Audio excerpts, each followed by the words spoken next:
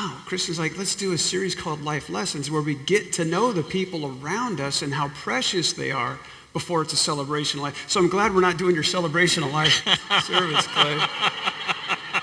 Yeah. So something happened to you when you were in the 4th grade that changed your wiring. Could you tell us about that?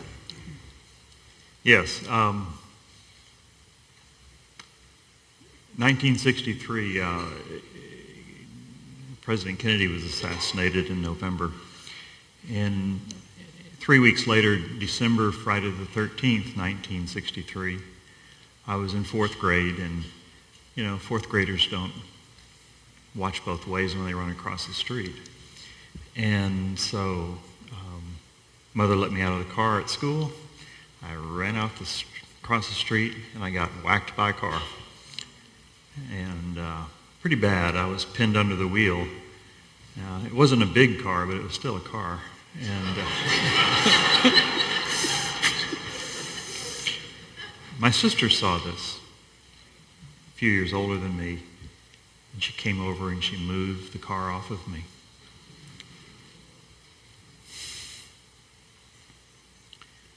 So I had a pretty bad concussion, and I started realizing, actually I wasn't really conscious of it, but I was having trouble in school. I couldn't learn how to read very well and to take notes the right way, and I just wasn't keeping up. And but I found that if I drew pictures in relationships between words, it would speak to me, but it wasn't the right way of doing it. I kind of had to hide it because back then in the 60s, you're taught one way is the right way. So, but yeah, that accident really, it was a problem, but it also opened up a different way of expressing that has, over the years, really, for me, become a gift. Mm-hmm. Yeah. Yeah, what I've noticed in you, a little over a year ago when we first got here, pretty soon on, Clay and I had a cup of coffee down the road. And I was, in the meeting, my takeaway was either A, got to get Clay to come on staff if I could get him to take a pay cut, or get him on the board of trustees so that we can all benefit from the way Clay sees relationship, the way he sees engagement. And you had a decent, successful career, but what happened in 2007? For me, if you don't recall, in 2007, I worked for a subsidiary of Lehman Brothers, and on a conference call in August, exactly 11 years ago, right about now, in the middle of this conference call, they shut down the whole division. It was a year before Lehman Brothers finally filed bankruptcy, which was the largest bankruptcy in the history of the United States. But in the middle of the conference call, I knew it wasn't good when the BlackBerry they gave us stopped working. It went offline. It's kind of a sign. But what did 2007 bring for you? So I had spent many years, climbing the corporate ladder, and that's what we guys are taught to do, climb the ladder. And I was pretty tired. We took vacation, and we went to Jamaica. And while I was there, I realized that there was something going on with my heart. And I didn't say anything to anybody, but I'd spend my time out in the woods, and I like to make primitive crafts with my little Swiss Army knife, and so that's what I would do, and I'd contemplate where life was. And this incredible peace was just surrounding me, and it's one of those mystical experiences that's hard to put words to. And I leaned pretty hard against the veil out there. When we got back, I was rushed into the hospital, and I had a quintuple bypass. And I turned out okay. I was jetting back and forth to New York City. My office was on Park Avenue and 32nd Street at the time. And after convalescing for a few months, I flew up there, and this was at the end of '07 when things were really taking a nosedive. And I was there, and I looked out my window at the Empire State Building and said, I've never been up there before. And so I went up, and I looked down at my office down there, and I was standing up there, and I said to myself, metaphorically, I've made it to the top. I'm at the top of the Empire State Building, and there's my little office, and it's almost killed me. My heart's been broken open. I've spent years depressed, not knowing why, but with that drive to climb. And I sit up there and I says, who am I? Why am I here? Where am I going? When I got home after that trip, I got a call and they laid me off. Yeah, everybody was getting laid off. It wasn't personal. So I came to learn. So, what do we guys do? We double down. It was the first time since I was 16 and first started working that I was out of work, that I hadn't earned a paycheck, even through college. Double down and go after it. Let's get back out there, beat our head against the wall, get back into the job market. And I beat and beat and beat for 2 years. I never lifted my head up to say, oh, gee, nobody else is getting a job. And I took it personal. And it took me down. It really did. Hard. And those of you who've been out of work, the anxiety that it brings. And I hit bottom. I was hospitalized. And my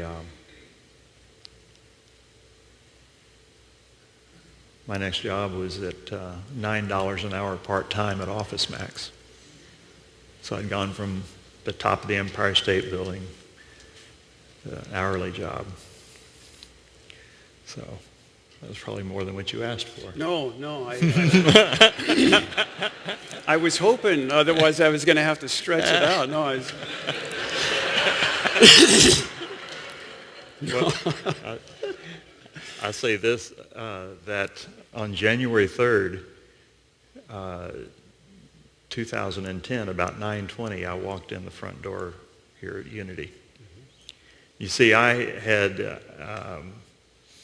decided, and with the help of Laurie, she said, you've got to change your energy, man. You got to get out. You got to get out. And so I started going. I went down to the Episcopal Church downtown for the 8 o'clock service. And I'd run up here for the 9:30 service. And I'd head over across town in the early afternoon. I'd go to the Austin Recovery Center for a service over there. And if you've never been, you think this is wild here. You got to go over there. I'm serious. I call that churfing. But I landed here, and this is,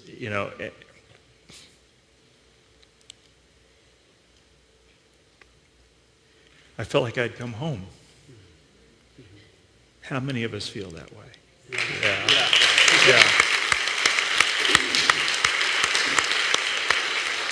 So, yeah. Thank you. When I was in seminary, I read a book called, this is a great title, Why Men Hate Going to Church. And it goes back to early on, the way we develop. Young boys don't develop as quickly as the younger girls when it comes to reading and especially speaking out loud. And so in elementary school, boys start feeling shamed and less than. And there's this wiring also in young boys and young men to be the provider, to be brave, to be strong. And something else I learned in this book is that over the last 150 years, Western Christianity had become more and more emasculated over the years, so that women would feel safe dropping their children off in Sunday school, for example. But spirituality was becoming more and more this way.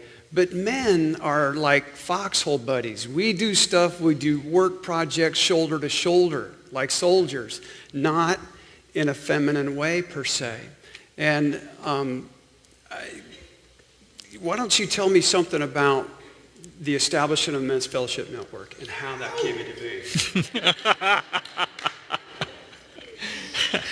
Well, I had been a prayer chaplain.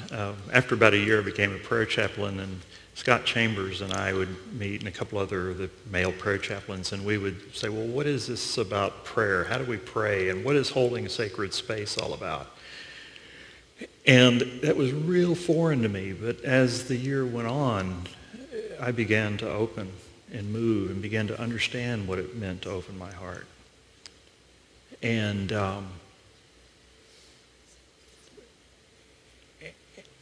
it was at that point that I started realizing, well, gee, if I need that, you need that perhaps too. So why don't we get together?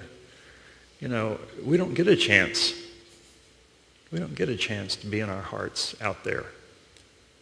You know? Brene Brown. Yeah, Brene Brown, she had given a lecture, and she tells a story on a TED Talk that this man walked up to her and said, well, so you only interview women? She said, well, yes. And he said, well, that's convenient. What about us guys? You know? Let me tell you, he shared with Brene, he said, my wife would rather see me die on my white horse than to fall off. So where do I go? You know, I can talk to my wife and we can go deep, but there's still another level there that only another man can connect with. But we're not allowed to do that. That's showing my vulnerability. Yeah. And, but we have to, in order to connect with that. We have to learn. And that was what was bubbling around with me, and that was a strong influence on starting the Men's Fellowship Network. Yeah, yeah. I remember the moment that I fell off my horse in front of Kristen, and it was shocking to both of us. And, you know, in relationship, and it doesn't matter the gender of the relationship, but in a relationship when somebody falls off their horse, how does the partner react? Do we respond or do we react? Are we triggered or are we going to support and to love? You know, Clay, this is a part of this, and show the next slide, and I want Clay to tell us a little something about this. So this is how my mind works. A little something about it.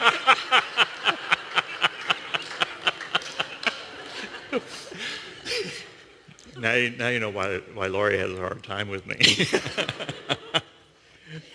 Well, for me, it's all about relationships and putting pieces in context. And Joseph Campbell, you know, said a mandala, you know, is a circle, and it's a circle where you're at the center and you put the world and your universe in context. And for me, reaching out, you know, the ages of time, the yugas, the precession of the equinox, you know, the 25,000-year wobble of the earth, and, you know, so I'm stretching out there, ancient megalithic structures, you know. I'm trying to put all this into context with where I am, you know. Well, Marianne Williamson said, fear is to love as darkness is to light. And I was just arriving at that realization myself, and so the axis in the middle, fear is to love as darkness is to light. And I can find myself anywhere in those continuums when I'm in fear, survival, love on the other side, being coherent, passion and intention. Those are all drawn out there, and they're all in relationship to one another, so it speaks to me. Mm-hmm. If you write it down this way, forget it. But a picture, for me, says it all. Yeah. And when Clay first came onto the board, he did a little workshop where he showed us his mind mapping, which was pretty amazing. We'll get to one of those slides later. But what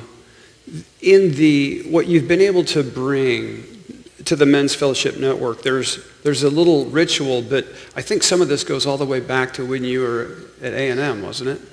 Oh, gosh.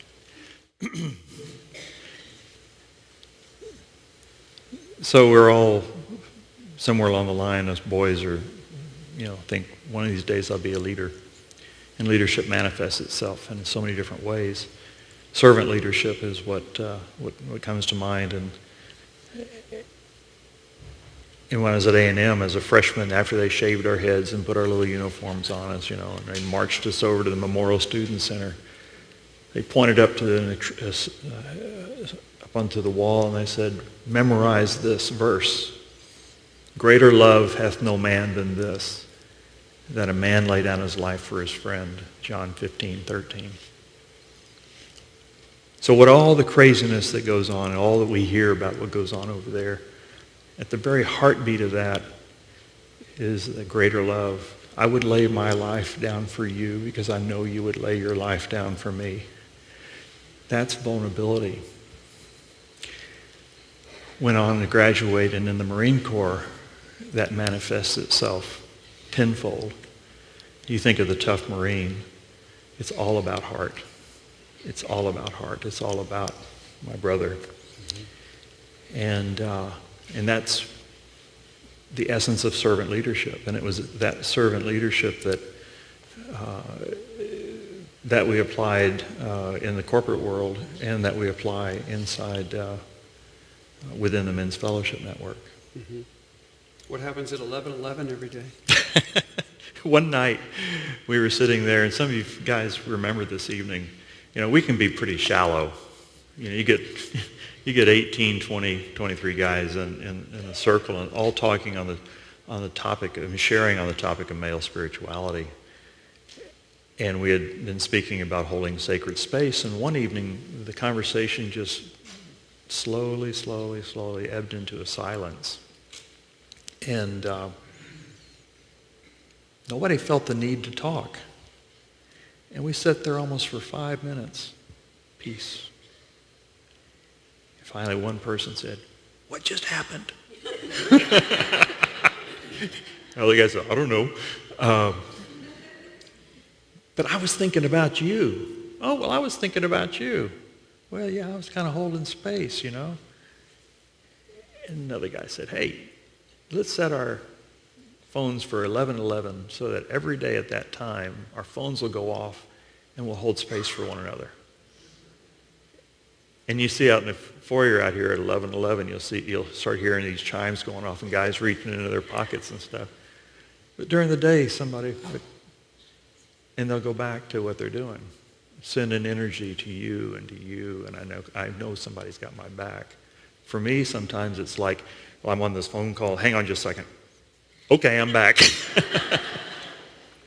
But time is infinite, and those few split seconds are my connection with my brother. So that's what 11:11 is all about. Awesome.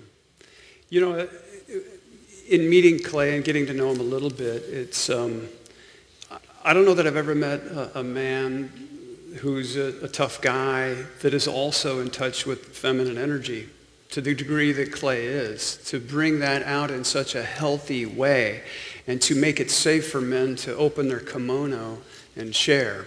And he brings that energy wherever he goes. It served him in the corporate world, through Motorola and whomever else, and it serves you today. And I'm just really grateful for what you've helped this community with. Here is one of the mind maps that Clay was exposed to, all the Vision Corps things and the Vision team and all the history of what's been visioned for the last several years.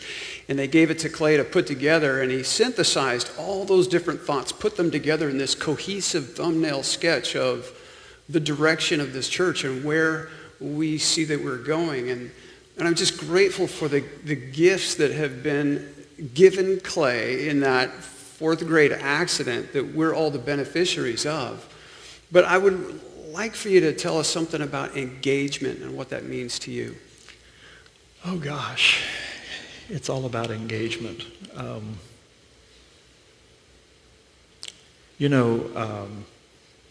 We all talk about being connected. I'm connected with you and you're connected with me, and metaphysically, we're all connected. So when we talk about coming here on Sundays to be connected, well, hey, we're already connected. We don't have to be here. We're already connected. So that's kind of a given. To me, it's about engagement. It's about tapping into, and I wasn't being facetious, 21,600 life years of experience when you take the age of every person in here and add it all together. That's what it comes to. And it's only when I engage beyond the surface, hey, how you doing? How's your brother? And off to the next. It's when you look a little deeper. What's your dream this next year? Oh, that's my dream too. It's about engaging. We don't learn that and we don't connect that and realize that there's so much that we can learn from one another through our life experience. And I go back to Monday evenings. Somebody will be talking and they will say one phrase or one word, and another guy in the room will go, oh, I'm not the only guy that feels that way. Wow. Or there's a business connection made or another. But it's only when we are engaged with one another. And that manifests itself in so many different ways, whether it's over coffee out here, whether it's volunteering, being in service. Those are manifestations of being engaged, but that's what you really are looking for. That's what I look for, to connect beyond the surface. And I think this is such a rich environment, and I'm just grateful that I can be a part of it. Awesome. Thank you so much. And I every opportunity that we have here to engage will further our lives. Through the fun singers getting together, they're getting to know somebody they're standing next to on the riser that they didn't really know before. And by volunteering or bringing cookies or whatever, you're engaging with the people in the kitchen. You're building a relationship that could last a lifetime. You could meet your future spouse. But anyhow, I just want to say thank you so much, Clay, the guru of engagement. Thank you so much.